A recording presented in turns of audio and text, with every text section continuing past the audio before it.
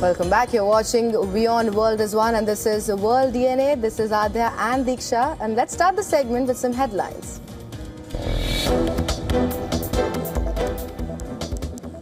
Israel's military says it carries out strikes on infrastructure targets in Tehran early Friday. The brief statement describes a wide-scale wave of strikes against Iranian regime in the heart of the capital.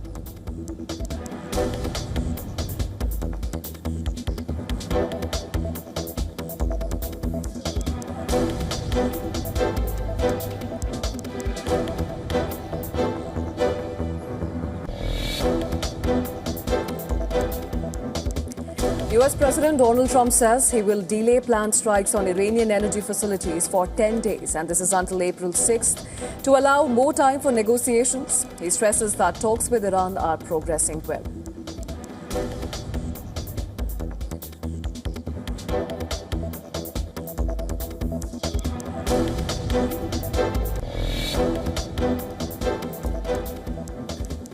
Something's unusual happening. There are 8 boats that are going right up the middle of the Hormuz Strait. They then apologized for something they said, and they said, we're going to send 2 more boats.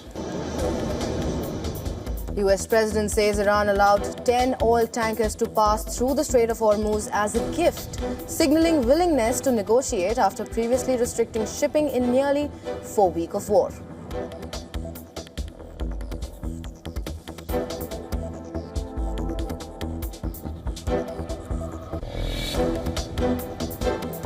I say they're lousy fighters, but they're great negotiators.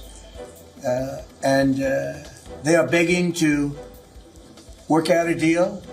I don't know if we'll be able to do that. I don't know if we're willing to do that. Donald Trump insists that Iran has been begging for a deal with the United States to end the war, despite Tehran's senior leaders denying such negotiations. US President denies that he's desperate for an agreement.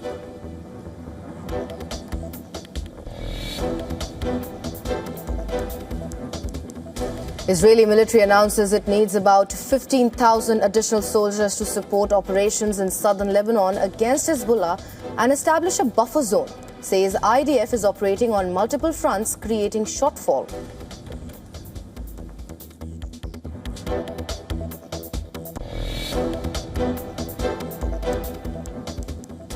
Mexican Navy is searching for 2 boats carrying humanitarian aid to Cuba with 9 crew members. The vessel departed from Quintana Roo State last Friday and were expected in Havana earlier this week.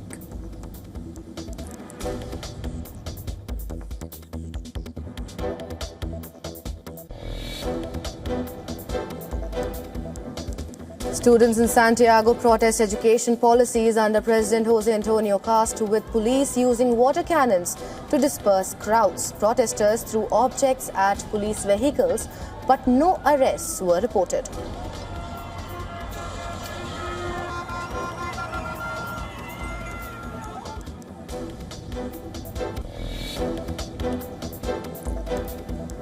Oil prices fall on Friday and were down over a volatile week. Brent is headed for its first weekly fall in 6 weeks, while WTI has fallen for a second consecutive week, with Trump talking up the prospect of ending the war.